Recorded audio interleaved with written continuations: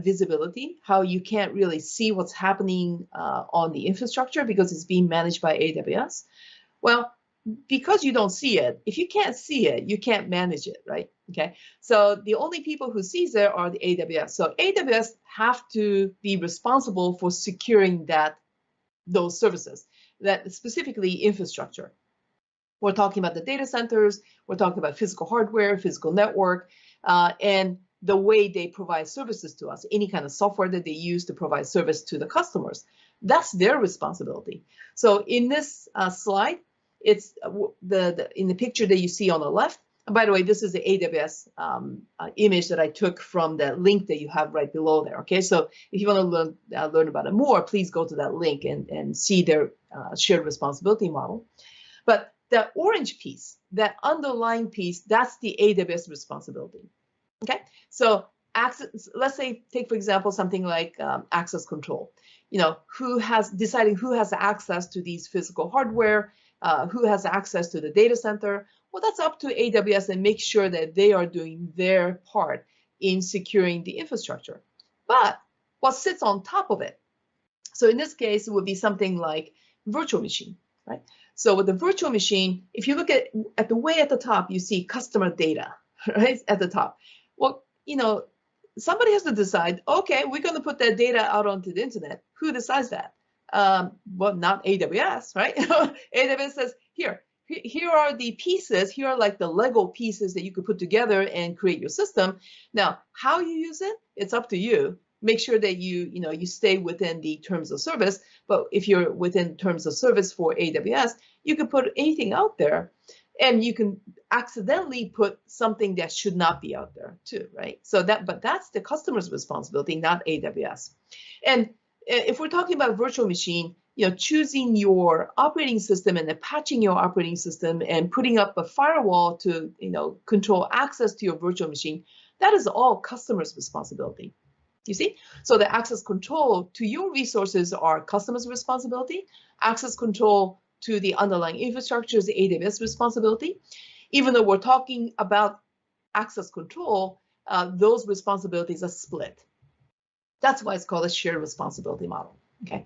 What's important about this is that, yes, it is an important concept for you to understand that not everything is responsibility of AWS, that yes, the users have certain responsibilities, but also to understand what are those things, what am I responsible and what is AWS responsible for? So, having clear understanding about that is the beginning of deciding what you must do.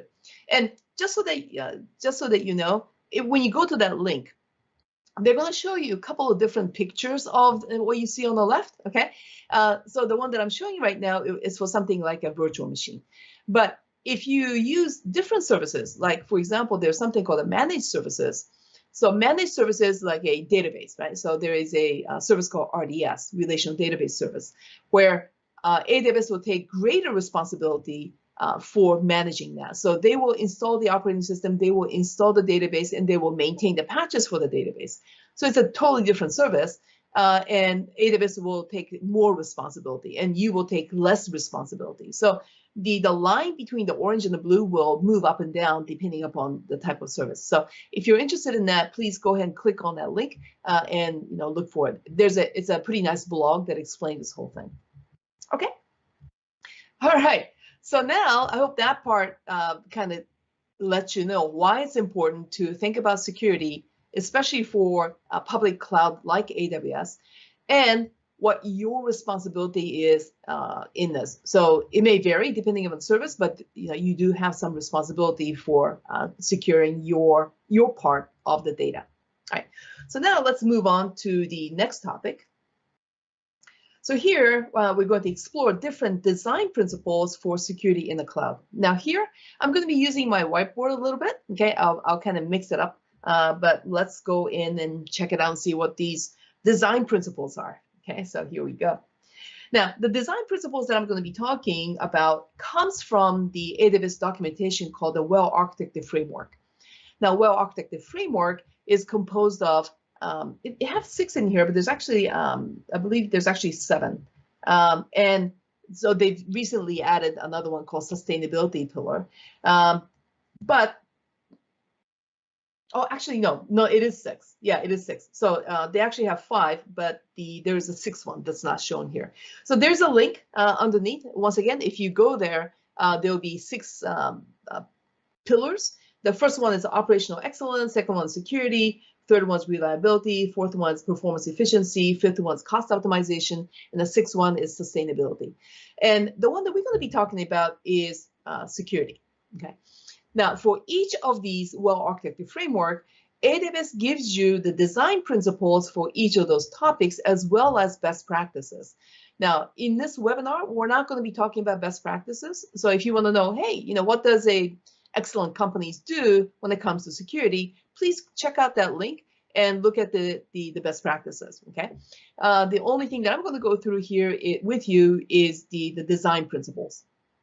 And the design principles is basically what you see there. So it's like 1, 2, 3, 4, 5, 6, 7 design principles, okay? And I'm going to go through one by one and give you a brief explanation of what the design principle is. Every one of those is related to the security pillar, which is number 2 in their well-architected framework. By the way, well-architected framework is a very good documentation. AWS came up with that because they were pretty much the first company to make it big in the cloud service provider space. And there was really no one else that was providing, what should we do? Like, what is the best thing to do? What is the design principle? There's really no documentation like that for AWS. That's why they created their own. So it's been around for a long time. I don't exactly remember when they created it, but AWS has been in business since 2006. So they have a lot of experience behind these documentations. So I would, that's why I'm going to introduce, what their design principles are to you. Okay.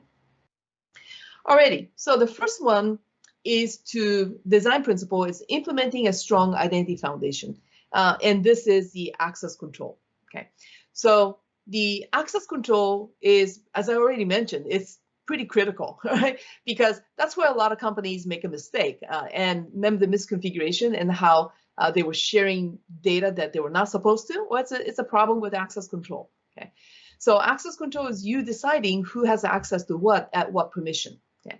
So here, let me just quickly read the overview for you. Okay, it says this involves using AWS Identity and Access Management, IAM. By the way, IAM is a service that's available on AWS. And that controls who has access to your resources and what actions they can take. So that means it's the permissions, okay? Who has what permission to access it.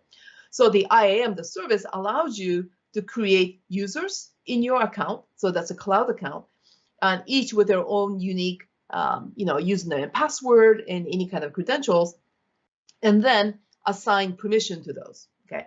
So here I'm going to show you on the whiteboard how this usually works, okay? All right, so I hope you're seeing the whiteboard now. Now, when we're talking about IAM, here we go. Let me put IAM up here. What IAM does is this. So let's say you have a server that you want to control access, okay? And let's say you have a person that you want to give access to. Right? And the IAM kind of stands, let's see. So let's say the IAM kind of stands right there. Okay, so what IAM will do is you're able to, let me get out of that red here. Let me just go back into blue. What IAM allows you to do is 1, create users.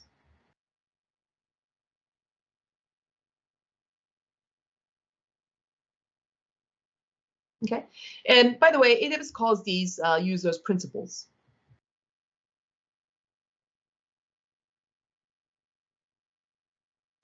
And by the way, there are other principles other than users. So the one is user, right, where you log in using ID and password. One is application. Hang on, let me see, application. And the other one is a temporary entity called the role. And IAM also allows you to create permissions. So they're called policy.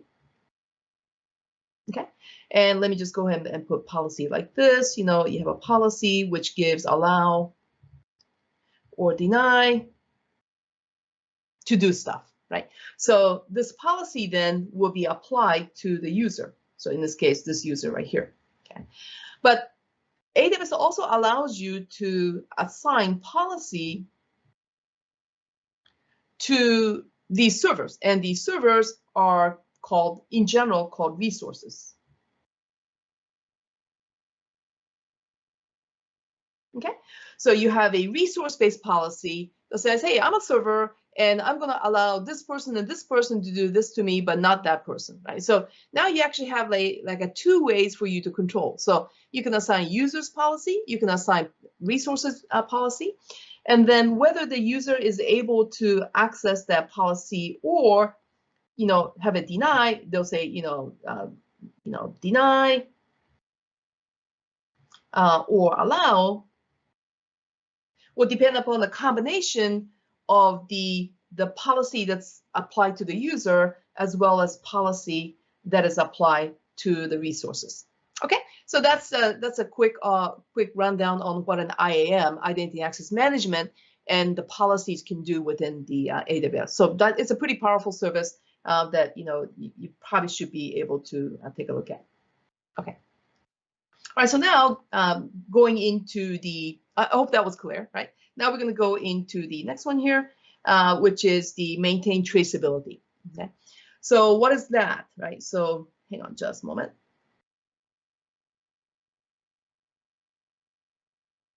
Okay, so maintaining traceability means logging, right? So if you're familiar with logs, logs are really, really important piece of security because it allows you to look at historically what has been done, right? So if you do anything anything to the server, if you log in, ideally everything that you do in the cloud is logged somewhere, so that when something goes wrong, you can always go back to the log and say, well, what really happened here? Okay, and then by using the logs, you can monitor them, right? So these days, you see software that will, in real time, monitor these logs and give you warnings as to, hey, there's something weird going on. So those are very, helpful. Now, on the example, I've introduced two services. One is called a CloudTrail, and the other one's called a CloudWatch. So let me go ahead and get there as well. So let's go ahead and go into the whiteboard. So here, let's go with the CloudTrail. Okay, so let's say you have AWS, and let's say this is just AWS in general. Okay. And let's say you have something like a virtual machine service, which is called the EC2, and that you are connected, let's say by the cloud, and that you are accessing that, right? So here we go. There you are, right there. Okay. Now everything that you do. So let's see here. Let me put, maybe you're accessing it, and doing something to it. It's returning something back to you, all the activities. And they call these API activities because AWS Services has something called the APIs. That stands for Application Programming Interface.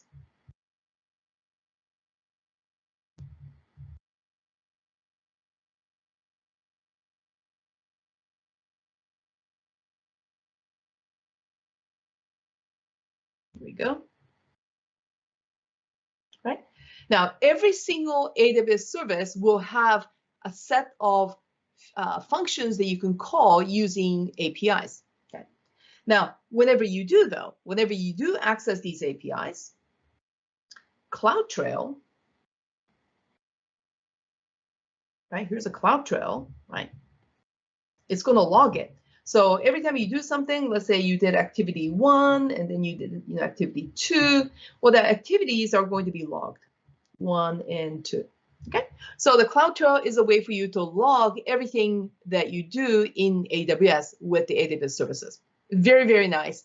It's pretty complete. So you can always go back and say, hey, yesterday, what did I do? Yeah, you can go back into CloudTrail. Okay. Then there is the CloudWatch. So CloudWatch is another service, but it's a monitoring service, right? It's not really a logging service per se, but it's a monitoring service. So let's say CloudWatch. Okay, and with CloudWatch, there are actually 3 different types of services. 1, 2, and 3. There's something called CloudWatch Logs, CloudWatch Events, and CloudWatch Metric. So just, a short introduction here. So if you have other services in AWS, okay, and they're creating logs, okay, and if you want to watch them, that is, you want to monitor them using AWS, you can go ahead and send those logs to CloudWatch logs. So then the CloudWatch is going to get all those, things that are happening inside that log. Then you can actually use something called CloudWatch Events to keep an eye on them and says, hey, if somebody starts up a virtual machine, let me know. Okay, so because that's something happening, right? So if you say, hey, please let me know if a EC2 starts, for example. Okay, so let's say I'm watching that, right? So that's called a rule. So you set up a rule, and let's say one of these is EC2, and maybe one of these things that's happening is starting an EC2. Well, that event is going to be caught by the events rule, and what will happen then is AWS will can actually notify you. You maybe by email. There are other options too, but I'm just kind of giving you one simple example. So that's events, right? Coming from all the information that's being kind of pushed into to CloudWatch. The metric is where it's like a statistical data. So if you say something like, well, I'm kind of interested in the CPU utilization of a let's say EC2 server, because you see if let's say a server is under attack, it's possible that their CPU utilization may go like way up high because somebody's abusing your server. So if you say, well, let me know if the CPU utilization goes above, let's say 85, let's say 80% for 10 minutes, right? So you say CPU utilization, percentage utilization above 80% for 10 minutes. Okay, let's say that's what you want, right? So that is called the alarm, and you could set that in the CloudWatch metric. So if your server is indeed having the CPU utilization above 80% for longer than 10 minutes, then the metric is going to reach its threshold. Then you can once again take action, such as notifying you. There you go. So that's basically what CloudWatch would do, right? So it's one of the cornerstone of security services within AWS. Okay. All right. So now, I hope that is easy to understand. So that is the maintain traceability. So let's go with the next one. Apply security at all layers, right? So this has another name. There is a more generic name called defend in depth. Right? Defend in depth means that you just don't put just one protection. You put 2 protection, 3 layers of protection, 4 layers of protection, just in case one is breached. The second one should slow them down. If the second one doesn't stop them, the third one and the fourth one. So of course, there's a limit as to how many protection you're going to put in there, but layer security is always recommended. Okay, so here overview, the principle involve adding security measures to every layer of your architecture, from edge network down to the application layer, so that always assumes that you have multiple layers of protection. Okay, it's not just AWS, by the way, it's a general security principle. Okay, so let's take a look at that, and I'll apply it to the VPC. So AWS's network best practice is to put multiple layers on their network. So here, let's say you're creating a virtual network, which is called VPC. Okay, so virtual private cloud. Okay, so that's a network.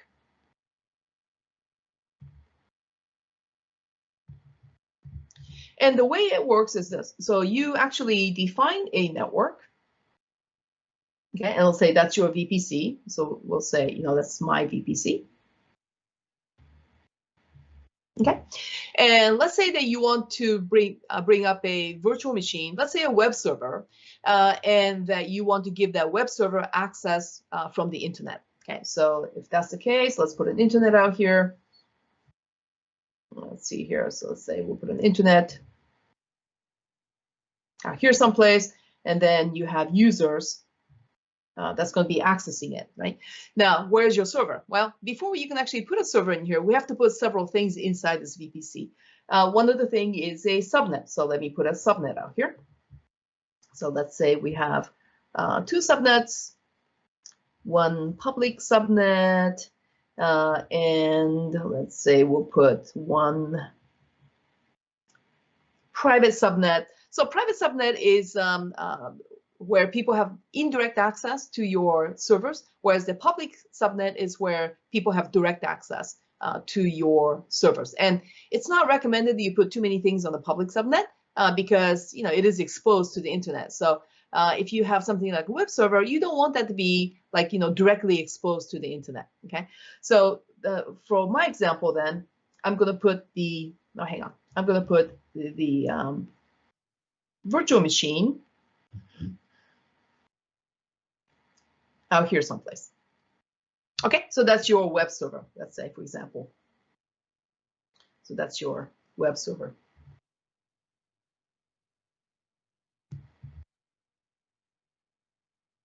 And just imagine that this web server has, you know, is connected to that network. Right, so this is your subnet. Okay, and normally you would put, if you don't have anything in here, there's no way that you can access this server because nobody has direct access from the internet. So normally you would put something like a load balancer out in the front. So let's say I put a load balancer out here. Okay, so here's I'll just put LB. Okay, just remember that as a load balancer. And the load balancer is the one that's going to give you access to your server, and people will access your load balancer. You see how your server is not directly accessed? Okay. Now, I haven't really put any security features in here, so let me go ahead and put that up right now. So one of the security features that you do have is like a doorway into your subnet. Okay, so that's a firewall, but it's a firewall that is a doorway into your subnet. So in this case, I could put right here. I'll put right here I'll put something that looks like a firewall. There we go. There you go. Okay. So this is called network ACL. Right. So network ACL stands for Network Access Control List. So it's a type of firewall. You can control who goes in and out of your subnet. Great. Okay. But that's not enough, right? Remember, the principle here is you have multiple layers of security. So another security is that you can actually put a firewall here. See right there, right at where your subnet is connected to your EC2.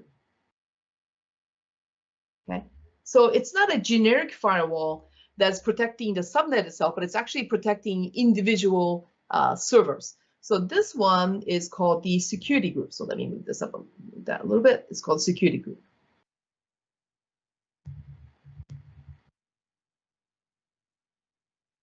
Okay, so that's another type of firewall. Okay, and there is something else. So I think it was introduced back in a couple years ago, maybe 2.5 years ago. There was something called a network firewall. So you could definitely put network firewall here as well.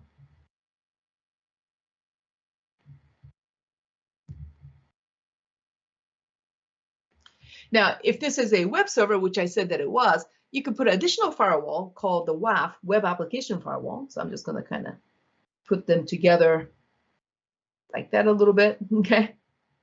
right? So you could put a WAF in here. So that's a application firewall.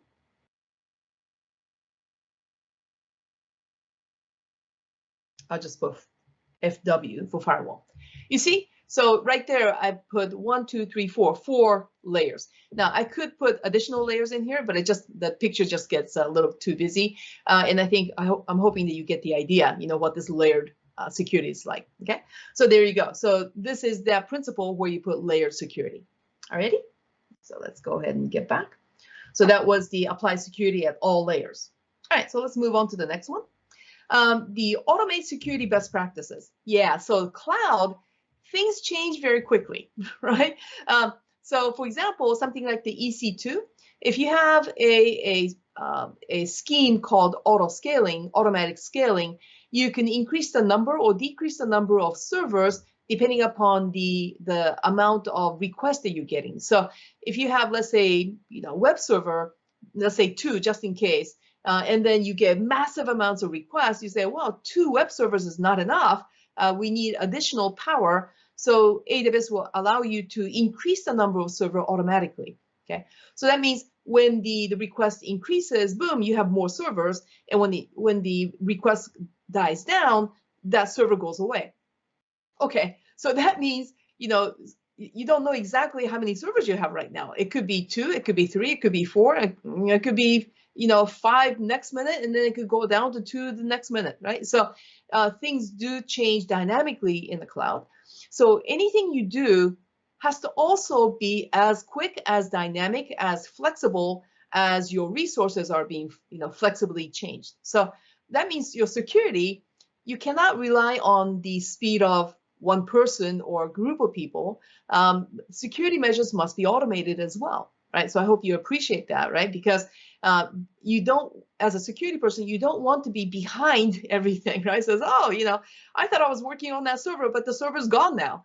Okay, so that's why automation is pretty critical. So the overview here is, by automating security, you can respond quickly to threats and consistently apply best practice across your AWS resources. Okay, now there are many tools that will do this for you, but the one that I have here for you as an example is AWS Config. Okay, so what AWS Config does is this.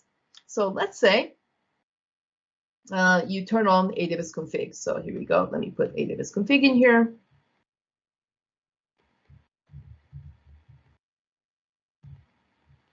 Okay, so take, for example, AWS Config and what it does. It's actually a configuration manager, change manager type of stuff. So let's say that you have an EC2, okay? And whenever you create an EC2, AWS Config says, oh, hey, you have an EC2.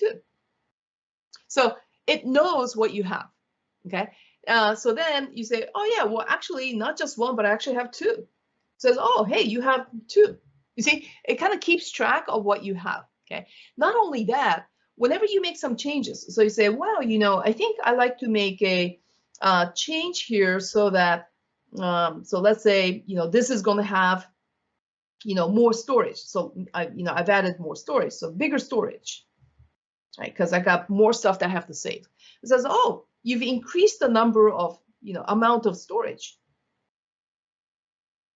You see? So it keeps all these, it keeps track of all the changes that are happening in your environment. And guess what? When hackers come in, what do? They make changes to your environment, okay? So that means when hackers come in, or something bad happens, and let's say they start to delete, they bring down your server. That says, okay, at some point somebody deleted the server, and now it's just 1. You see? So if you want to know what does my system look like right now, like what do I have, and what are the configurations, or what are all the settings? They're called states. What are my states? All you have to do is go look at AWS Config. It's going to know everything.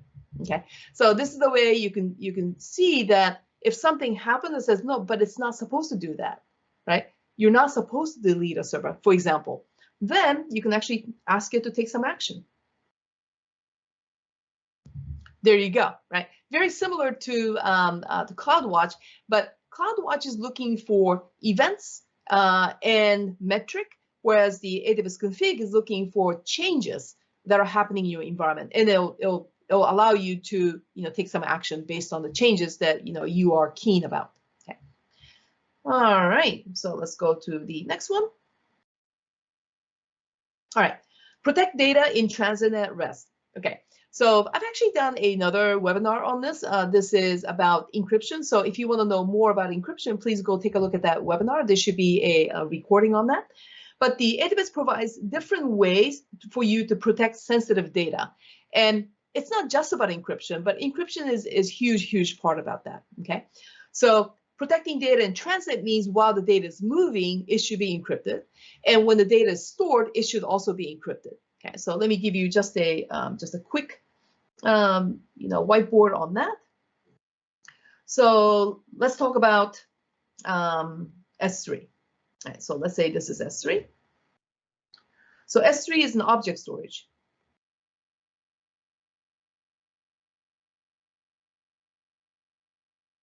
Okay, so object storage means that you have people, uploading objects. That could be images, any kind of files, anything you could think of that's a digital medium. You can go ahead and put it inside S3. Okay, and you could definitely download from S3 as well. It's pretty simple service. But what if you're uploading? You are definitely uploading over the internet, right? So this right here, hang on just a moment, let me draw this out here. So for example, this part right here is over the internet. Okay, and maybe you just don't want to be sending something sensitive over the internet like that, right? So you could definitely protect that. You can protect this right here, kind of protect this thing like a little tunnel. Okay, here we go. By encrypting it, right? So this is the data is in motion, it's in transit, and you protect it using something called TLS. Transport layer security. Some of you may know this as SSL, secure socket layer, right? So that encrypts the data. So yeah, S3 totally does this for you, okay? And once you have the file, maybe what you want is, you don't want the file just stored there without being protected. So perhaps when this thing goes in here, that you actually encrypt that too.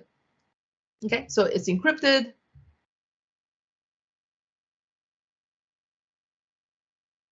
So that is, when the data is stored, you also encrypt that too. So S3 supports many different ways that you can do this. They have something called server-side encryption.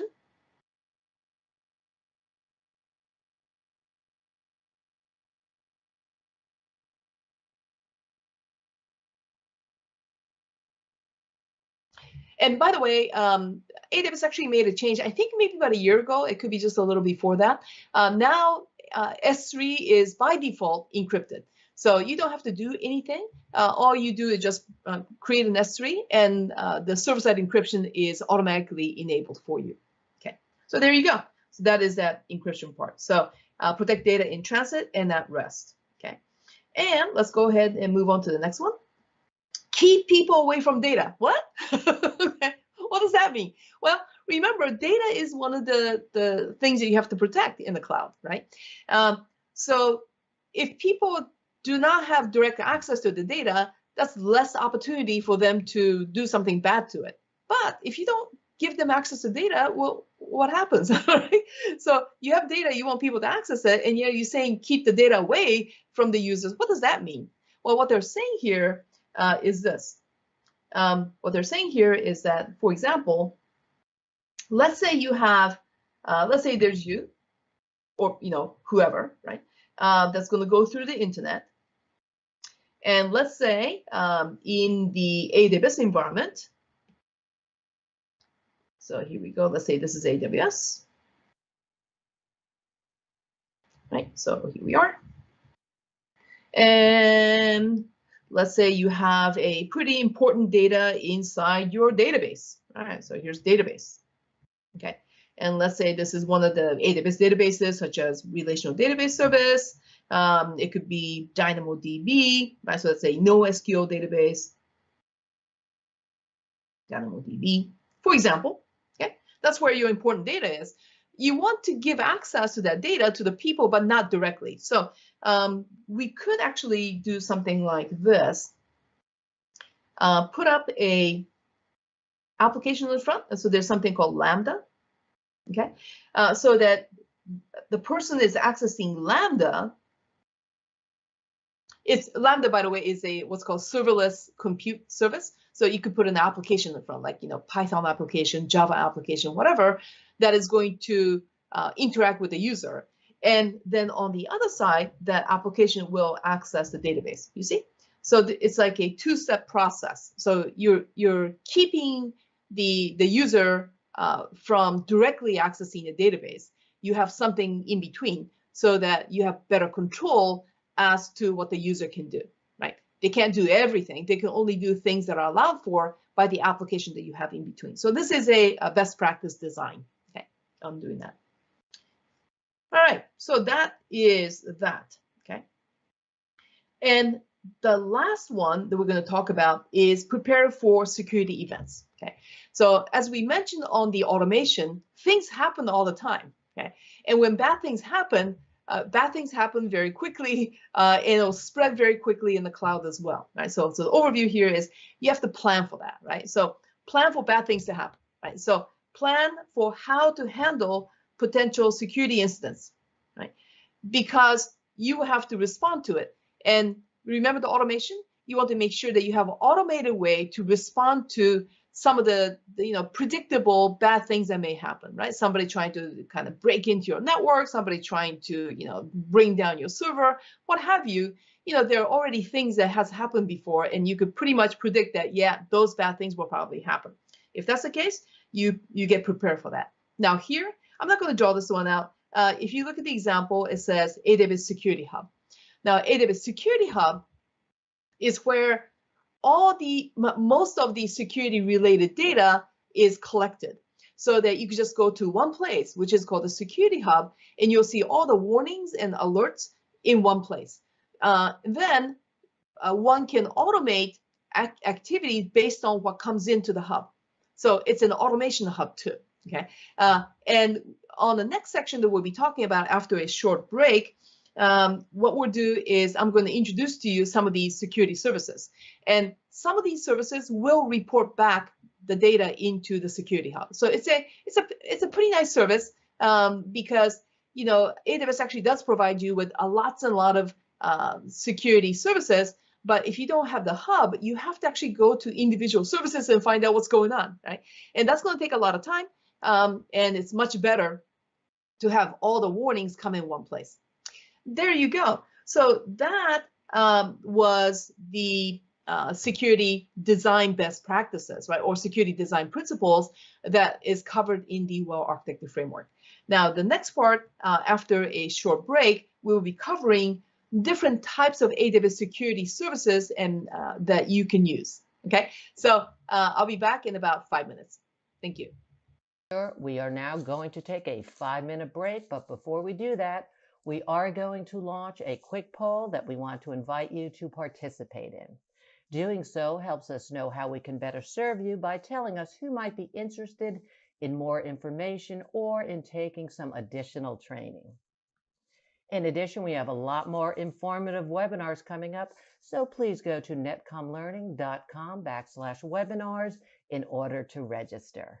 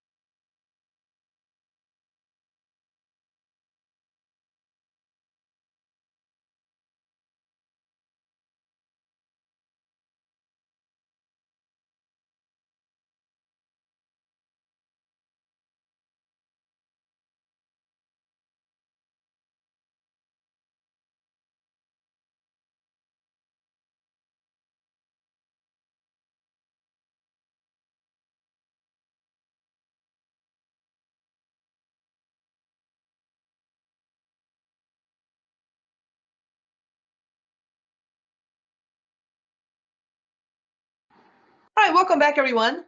So now let's go into the third part of our agenda, which is to explore different types of AWS services related to security. Well, I made a list of the current services that are available, and I hope that's going to be helpful here. So hang on just a moment.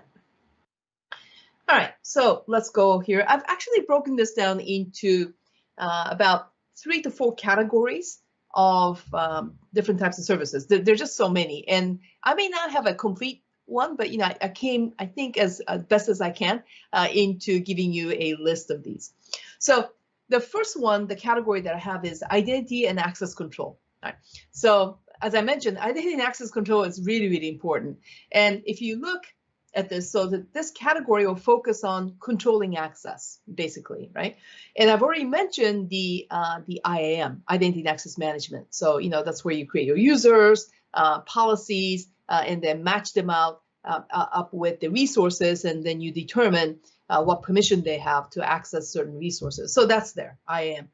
Now, AWS actually has something called a single sign-on. It's a service that allows you to use your on-premises systems, such as Active Directory, and connect that to AWS so that you don't have to log in twice, you see? So let me kind of show you that. So basically what happens is, let's say, for example, that you have on-premises.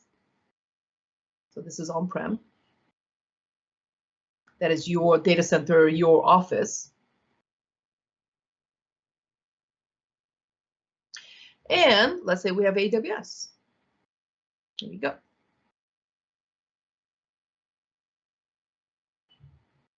Okay, and that you already have a system that authenticates, and a lot of companies already do that. So they have something like Active Directory.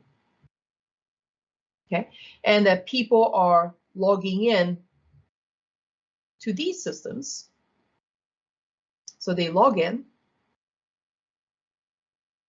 Now, what you don't want them to do is to have all these same people have to log in again, right, to AWS. So that's like a double login, and you have to manage separate accounts and things, and that gets really messy. So what AWS has is for you to say, okay, so you have Active Directory already inside. People are already logging in. So let me give you a system that's called single sign-on, where one can connect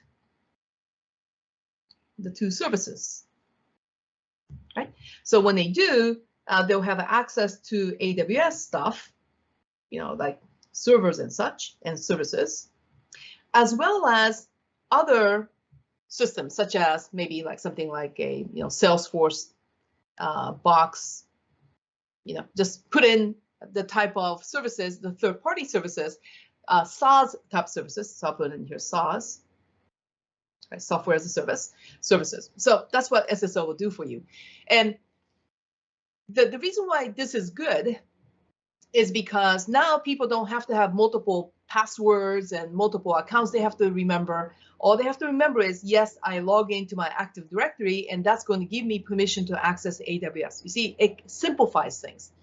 And in security, simple is good because complexity can lead to weaknesses and vulnerabilities. You may miss something, right, when some things are complex. So this is a way for you to enhance security, right? It's called single sign-on. There you go. It's pretty handy. All right, so that's it for that category. Okay, let's go for the next one. Threat detection and investigation. So threat detection is any kind of danger that may be lurking inside your account. And investigation is, unfortunately, when something bad happens, after the fact, you say, okay, so what happened, right? And is there something that we could do for the next time so that this doesn't happen again? So that's basically what investigation is. Right? And there are two tools. One is called guard duty, and the other one's called the detective. Okay, so I'm going to explain the guard duty. Detective is, well, actually, guard duty is the threat detection, and detective is the investigation type of service. So let me explain to you what guard duty does. Okay, so guard duty is a service that kind of keeps an eye on what's happening in the world, right? So let's say this is the world, okay? And, a lot of bad cyber things are happening, right? So, something's happening here, somebody's attacking here, some kind of viruses, spreading here, malware spreading there, all kinds of things are happening, right, in the world, okay? So these are cyber threats. And of course, part of this world is what's happening inside AWS too, right? So bad things could be happening on AWS. People may be trying to attack AWS. I mean, who knows, right? I mean, they have a huge presence. So I'm sure a lot of things are, a lot of people trying to attack it and stuff, right? So a lot of things are happening here as well, right? So these are cyber incidences or threats.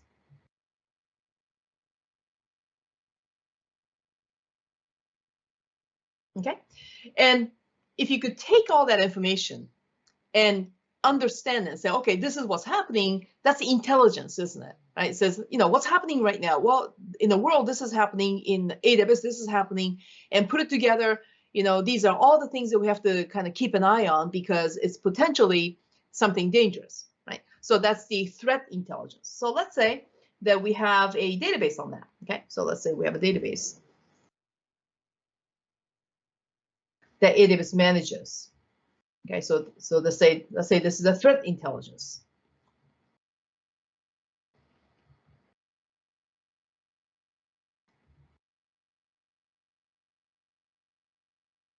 Where all this information, from the world and from AWS is put in, right? So if you look at the threat intelligence, you pretty much have a good idea what's happening right now that you have to be careful for.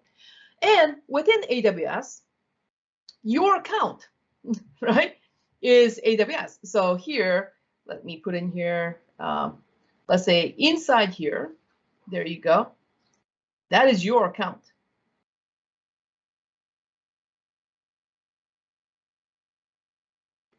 And if you turn on guard duty, let's say you turn on guard duty. So here,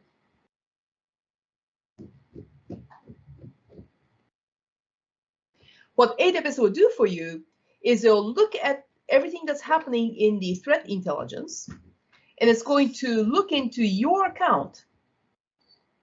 It's going to look into your account right here, okay? And see if something bad that you see in the world is happening inside your account too. That is, the things that people are watching out for, they'll watch out for your account to make sure that nothing is happening in your account. Okay, so that's basically what a guard duty would do, or keep an eye for you on all the bad things that may be happening in the world. If it's happening in your environment, they'll let you know about it. Okay, now they're not going to do anything about it because only you would know if that is something you want to stop or not. But if you have no idea that maybe some hacker is lurking in your account and that's been happening out in the world, wouldn't it be nice if somebody told you, hey, your account seems like, the hacker that's kind of going around out there in the world, I think it's in your account too. Maybe you should do something about that. That's basically what a guard duty is, okay? Okay, so let's go back. Now, detective is the way for you to find root cause for any kind of a problem that may happen. So it's, when I say problem, I don't mean like, oh, server went down, what happened? No, like I think we got hacked. Like how did that happen, right? So because the internet is so dynamic, okay, that it's really hard to find out very quickly, like where did it come from and what did they do and where did it go and like what's the damage and all those questions. And as I mentioned, things come and go all the time. There's got to be a way to use a tool that kind of have all that information available to you. Okay, all the dynamic information too, and that's basically what detective is. So detective has a access to other security services within your account, and you can pull information together and put them together and say, okay, so where did this thing come from? and oh, it came from that area of the world. How did it come in? Oh, it came through this load balancer and through that virtual machine. And then where did it go? Oh, and it accessed this database. And then what did it do? That kind of stuff, right? So then you put it together and say, okay, what's the damage? And is there a way that we can actually prevent that from happening going forward? Okay, so that's a detective. It's a relatively newer service, but it will help you in what's called forensic work. That is, after the fact, after the attack, you find out what happened and how you can improve your protection going forward. All right, so the next category is data protection and encryption. So I've already mentioned encryption. So if you see this thing called a key management service, that's where you create very strong algorithmic keys that you use for encryption, and you can manage that there on KMS. Secrets Manager is if you have something like a username and password in your system that your application has to access. For example, you have an application that have to access the database, but in order to access the database, you have to have the user ID and the password for the database. One thing you don't want to do is to put the username and password inside your application, right? Because if somebody hacks into your application, now they have access to your database, ID and password too, and that's probably not a good thing. So how do you separate, though, the ID and password, the sensitive credentials, from your application? Well, you could use a service called the Secrets Manager. So the Secrets Manager is where you keep your secrets and you give access to, let's say, your application, so your application will access those secrets when they need it, and they won't keep it inside their application. Okay? Certificate Manager. So Certificate Manager is where, remember the TLS, the transport layer security that I talked about on S3? I said, okay, when the data is in transit, you could use something like TLS, SSL, right? Well, in order for you to use TLS, transport layer security, or SSL, you actually need to have a certificate, right? Certificates, usually you have to purchase them or you create them on your own. On the AWS, there is something called the Certificate Manager. So you can use that service to create those certificates to enable TLS, right? So, and also the certificates are used for different purposes too. Sometimes they're used for authentication. So there you go. You don't have to create your own. You could go ahead and use the one that's in AWS.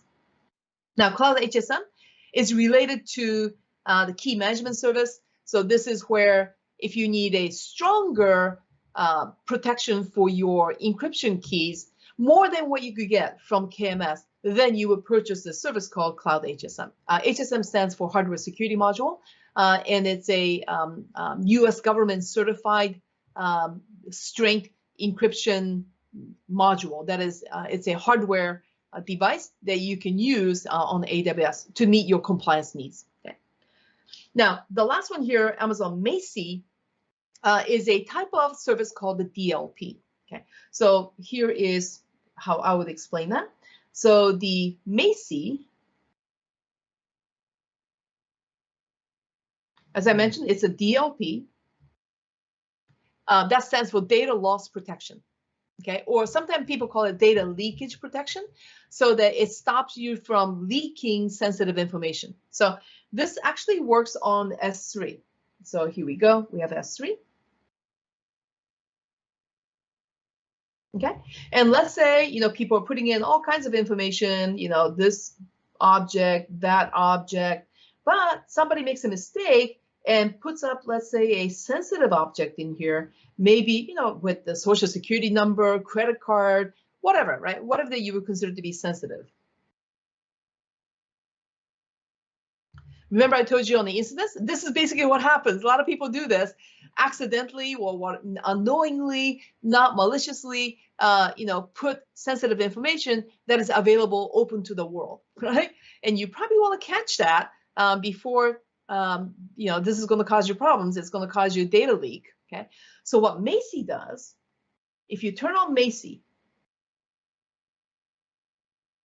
it's going to keep an eye on your S3. Okay, it's going to keep an eye.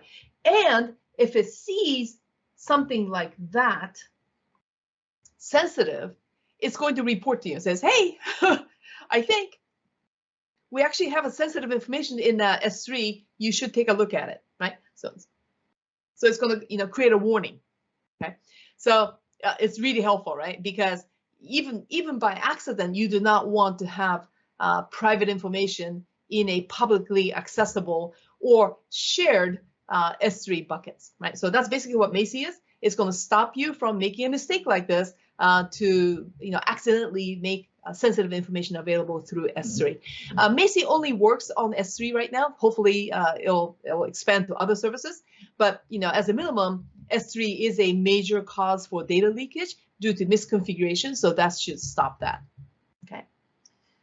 All right. And I believe we are getting to the next one here. Security assessment and compliance. So this is the next to the last category. We just have like one more, but here this is for assessment, right? It's to check and see how am I doing, right? Type of stuff, right? And also compliance. So if you have any kind of a compliance, like maybe credit card protection compliance, maybe privacy information compliance, whatever the compliance that you have to assess to see if you are in compliance with certain laws and regulations or your internal policy. So what type of tools do we have here? So we talked about Security Hub, right? So we talked about Security Hub, and this is where all your warnings from other services, like, take for example, guard duty. Guard duty warnings actually comes into the Security Hub, okay? And Macie will also come into Security Hub. There are other things that will come into Security Hub. In fact, this thing called Amazon Inspector, anything that Inspector finds will come into the Security Hub. So let's see, what is Inspector, okay? Well, Inspector is where, let's take a look at Inspector.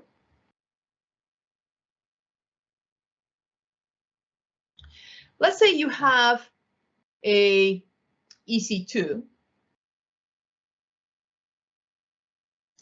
or maybe you have, Docker container.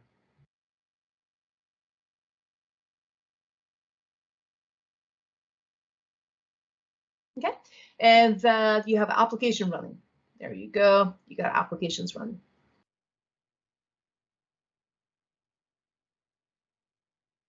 Right, and you usually have like an operating system.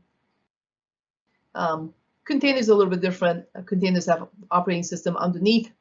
Okay, so what the inspector would do, inspector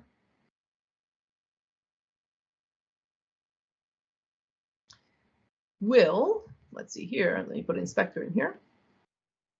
What this will do is it's going to do several types of assessments, right? So the most common one that I usually use is called the vulnerability scan. So it will do a vulnerability scan.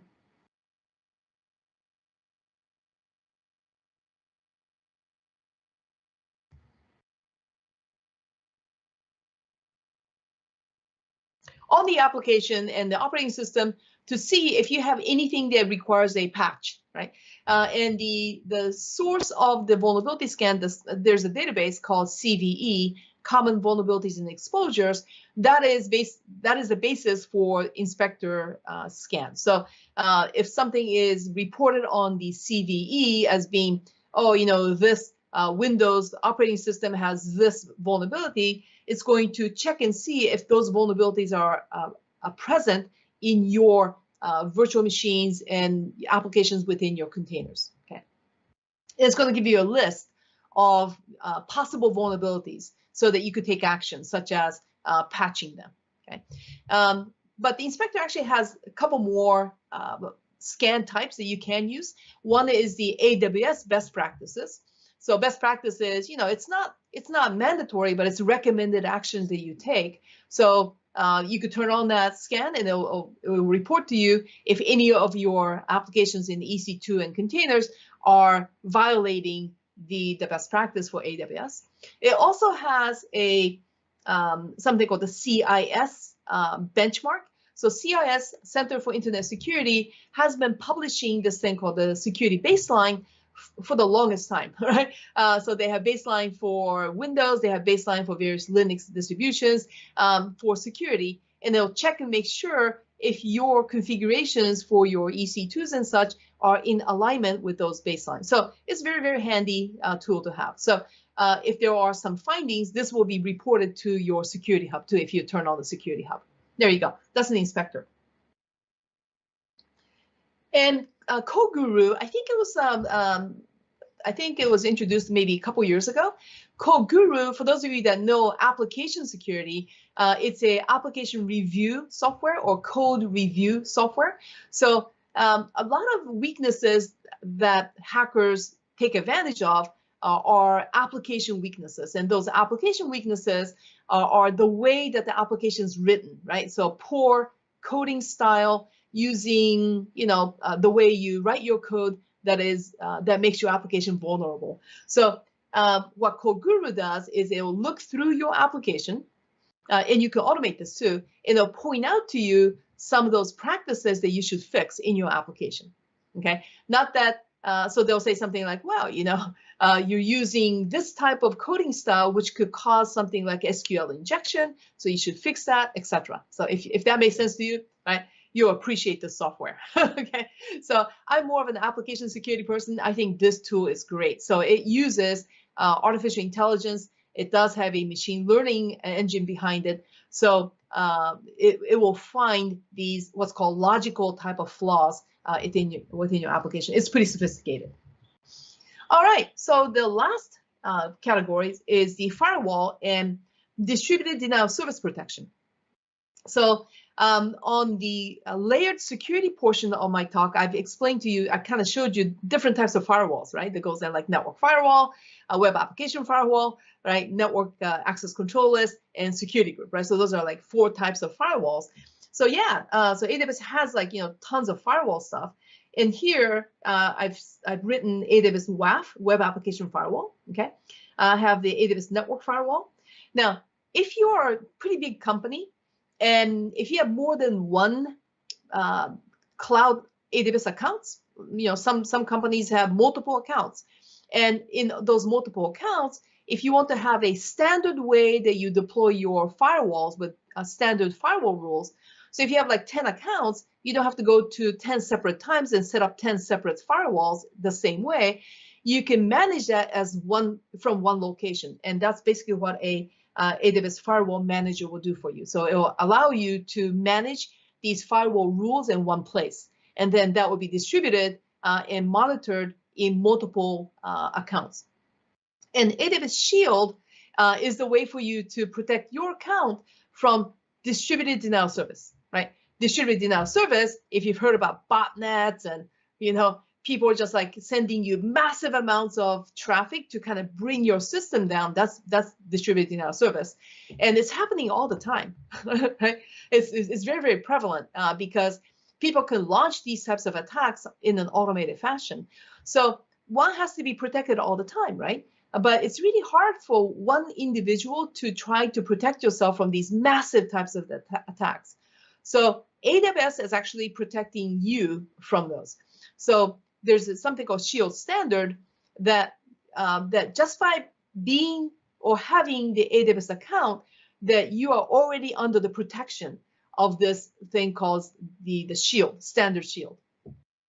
But if you need more additional protection, like, if you are one of these companies that people are like constantly trying to target you with a DDoS, then you could probably use Shield Advanced, right? And Shield Advanced is something that you do pay for, but it gives you a much more higher level of protection from DDoS. There you go. So, and there may be, a couple of services that I may have missed, but I think these are the main type of services. Now here, what we covered was the typical services that are available related to security. Okay, so I hope you were able to see some of the new services that are made available.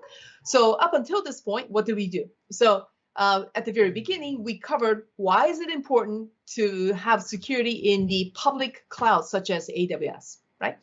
And then I went through several design principles from the well-architected framework, okay?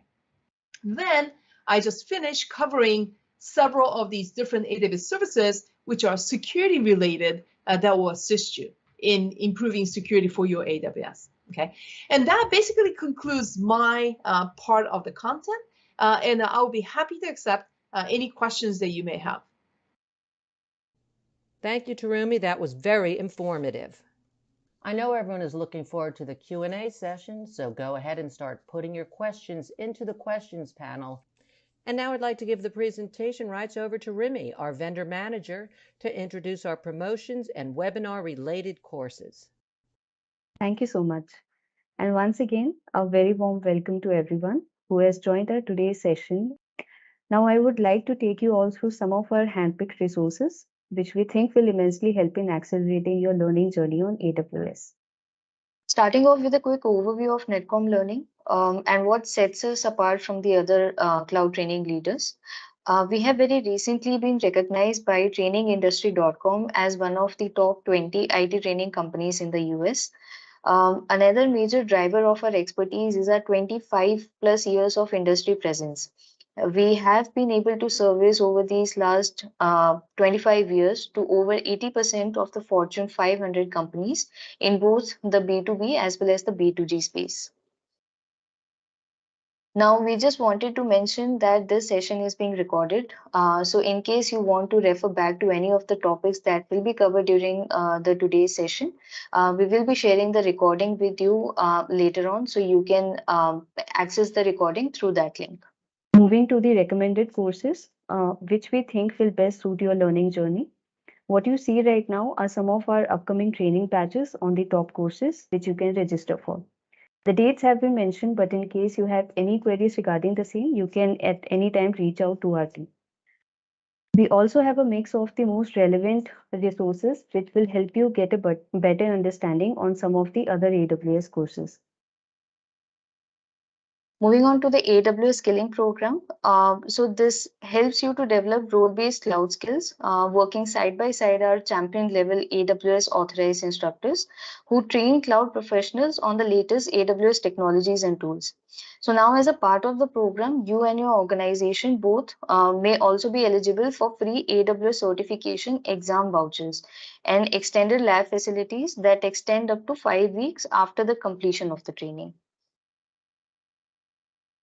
Now, we are excited to also bring to you the AWS Skill Builder, which is a new learning center with 600 plus free digital courses that is built by the AWS experts. This includes the game-based learning opportunities with CloudQuest and team-based competition with Jam. Its unique set of offerings actually include practical real-world and hands-on lab experiences in a live AWS environment. Now, this is something that we personally love because it showcases the effort that the AWS team takes to make the learning as fun and immersive for the learners. Moving on, another big announcement that we have for our learners today, and something that I had given a hint in the previous, in one of the previous slides, is about our ongoing discount fest, which, as a part of which, you can now choose the AWS training which suits your job role, and you can enroll yourself at almost half of the original price. Please note that this offer is applicable only on the course trainings and not on the course certifications, and the last date to enroll for this is September 30th. Moving on, our free AWS e-learning resources follow a self-paced training model wherein you get the liberty of accessing extensive course-related videos that are delivered by the AWS subject matter experts on the go. So these videos cover the availability on the device of your choice. So you can access them from your laptop, from your tablet, from your phones as well. So please feel free to access these free resources and make the most out of them. Additionally, please feel free to register for a demo to get an idea on what our 2-hour private group trainings on AWS entails. Now, these trainings will be delivered by our AWS authorized instructors with an agenda of understanding the different AWS services and solutions, and will be beneficial for you to devise a roadmap as per your team's current learning needs. The Amazon Web Services Learning Needs Analysis, which we also call as AWS LNA. Now, this is a free self-assessment tool that helps you identify your organization's cloud skills gap. That includes the participating employees to complete an adaptive e-survey that takes no more than 15 minutes, depending on the role. The idea here is to come up with a targeted, cost-effective training and certification plan that's right for your organization and addresses the specific needs of your employees. Moving on, We have the Learning Passport next, which is a flexible team training package specifically designed and customized for the number of learners you have. The Learning Passport is redeemable across our entire portfolio, which covers more than 4,000 official courses valid over 12 months.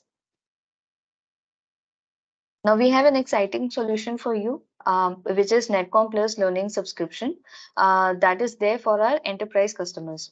So all you need to do here is to pay one time and you get unlimited access to authorized training from top vendors that includes AWS for a span of 12 months, which is 1 year.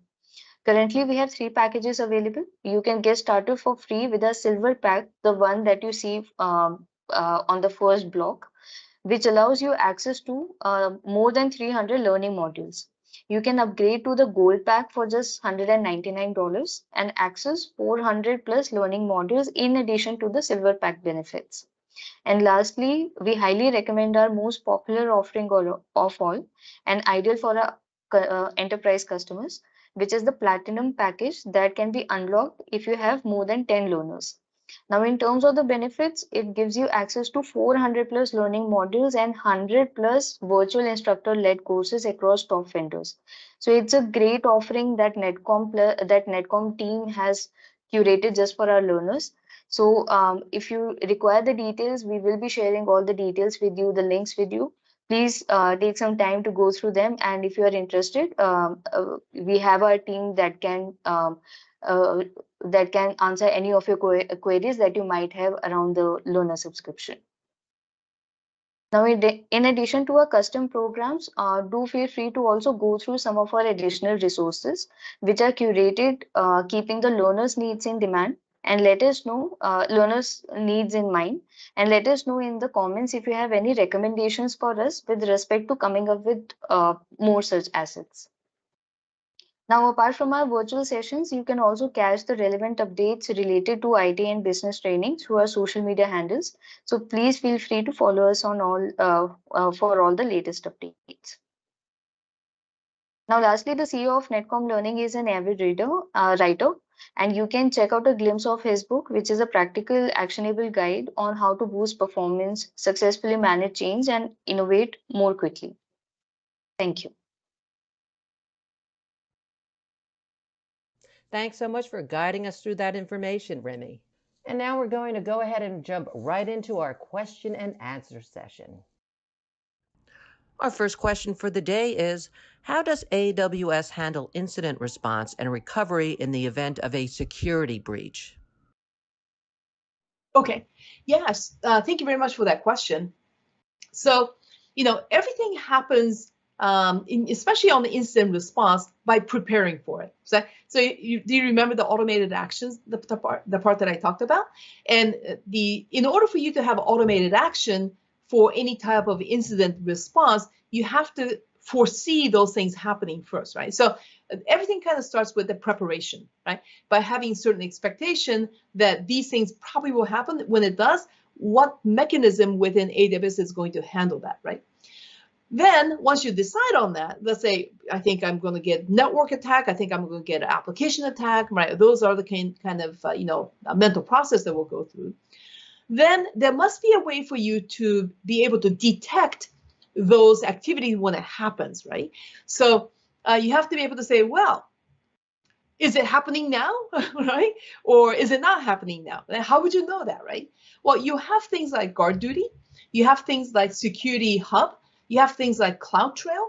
All that type of the services that I mentioned will help you to detect some anomaly happening, right? So that will be the second step. So after preparation, you detect. Then the next thing you need to do is you have to kind of say, well, I have to contain that. If something's happening now, I have to make sure that it doesn't spread, right? So you have to have some sort of a mechanism for you to contain the attacks that are going on, or perhaps even eradicating them. That is, getting rid of them, right?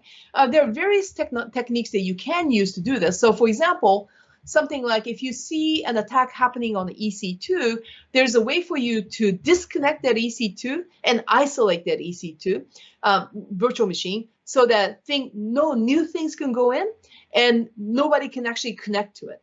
Then you can move into the next step, which is recovery. So recovery is bringing back the clean version of whatever it is, right? So if it's an EC2, not the contaminated version, but the clean version of it, right? So this may be from a backup that you've taken. This may also be from a second server that you have running in parallel. I mean, there are many ways to recover. It just depends upon how quickly you need to recover. The cheapest one is to have a backup, so that when something bad happens, you bring back the backup and you recover from that.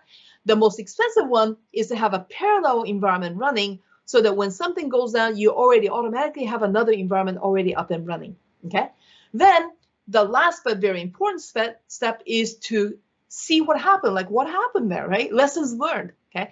So that you can learn from that and do something better, so that these incidents won't happen in the future. But you can't stop 100% of stuff, so you always need the capability to respond. But certainly, if there was something that you could have done to stop that from happening, then you take that action then.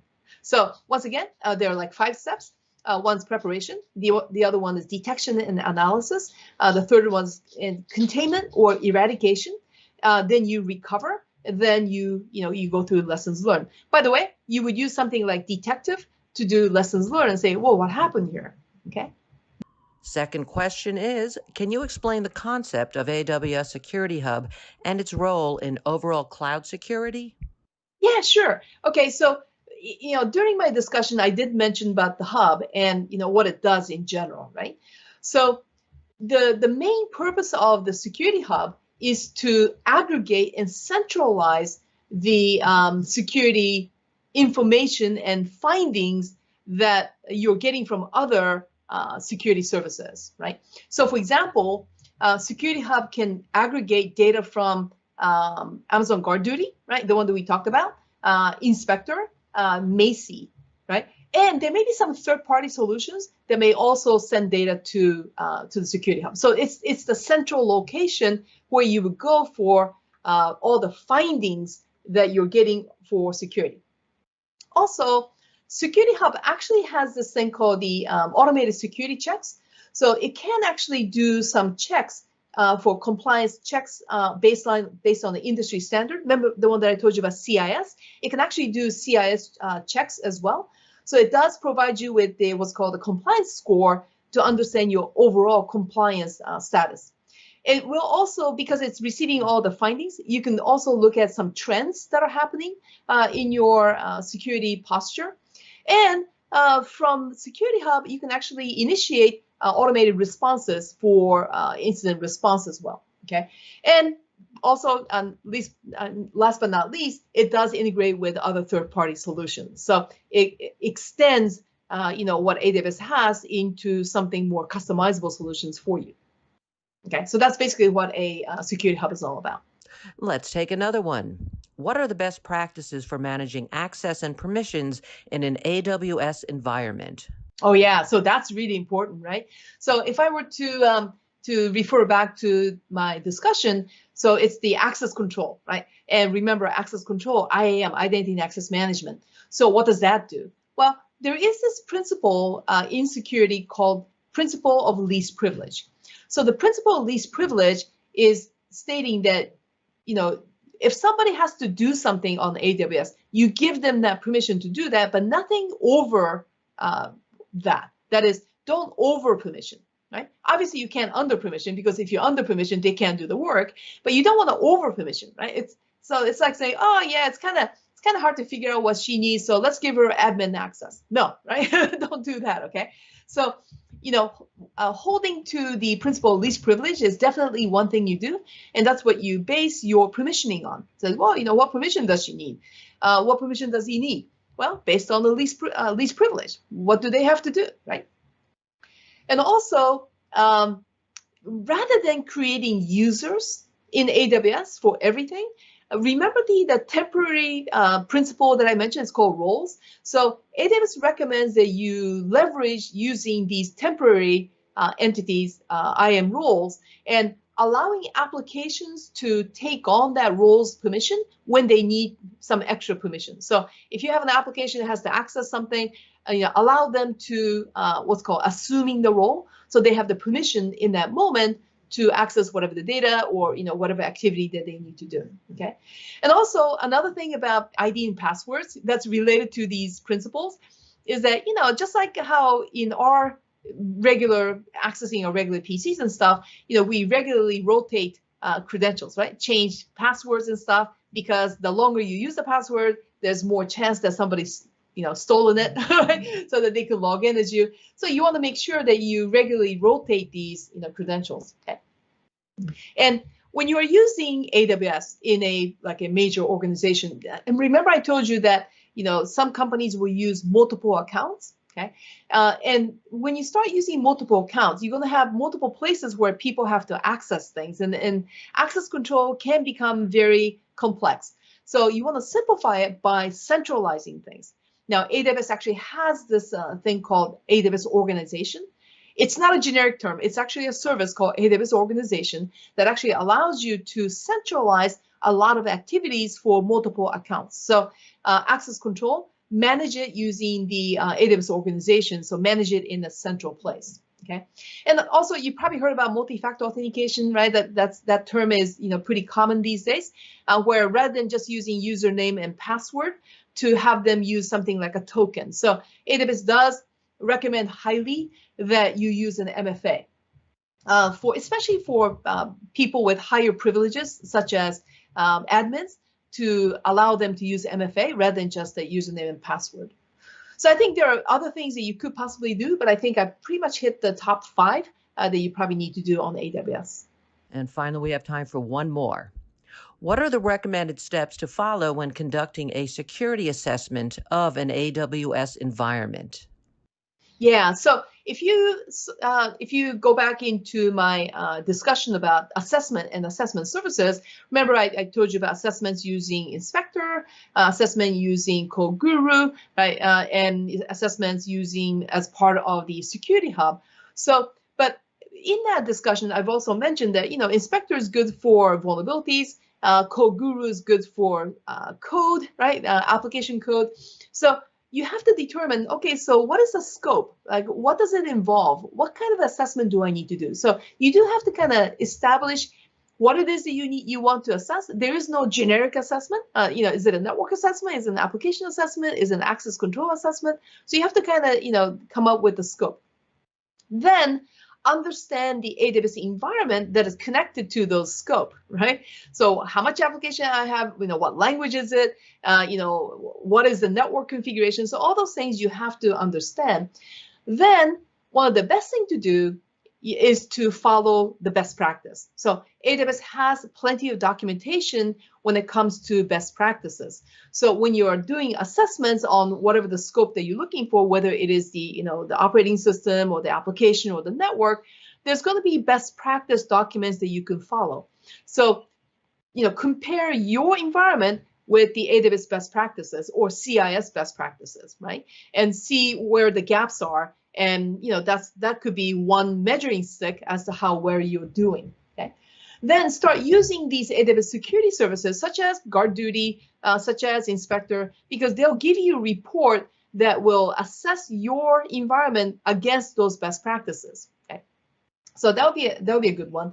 Also, one of the more important places for you to do the assessment is the IAM, right? So you want to make sure that the IAM policies and access management is good to go, right? Because no matter what you do on all the other places, if your access control is not it's not up to date, or it's not doing the least privilege rule, then that is going to ruin everything else that you may do in your AWS. So make sure you go through the policies and make sure that no one is over permission, that you are actually following the least privilege rule. Okay, and you may want to make sure that your data protection, such as encryption, is also up to date as well. Remember, rotating keys and such.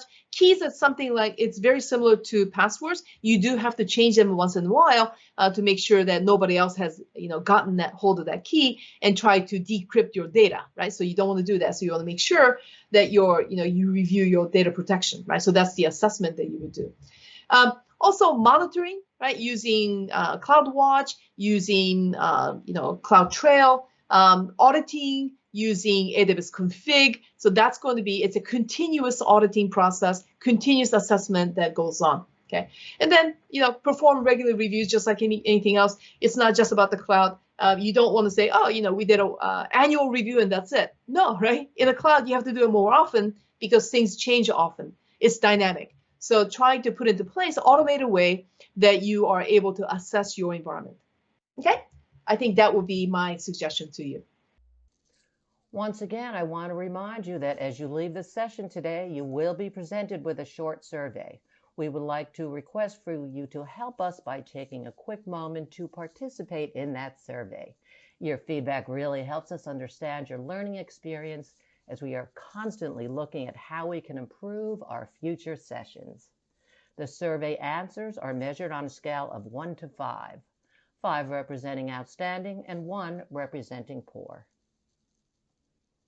We want to thank all of you for joining us today, and if you do come up with any additional questions, feel free to send them to webinar@netcomlearning.com at any time.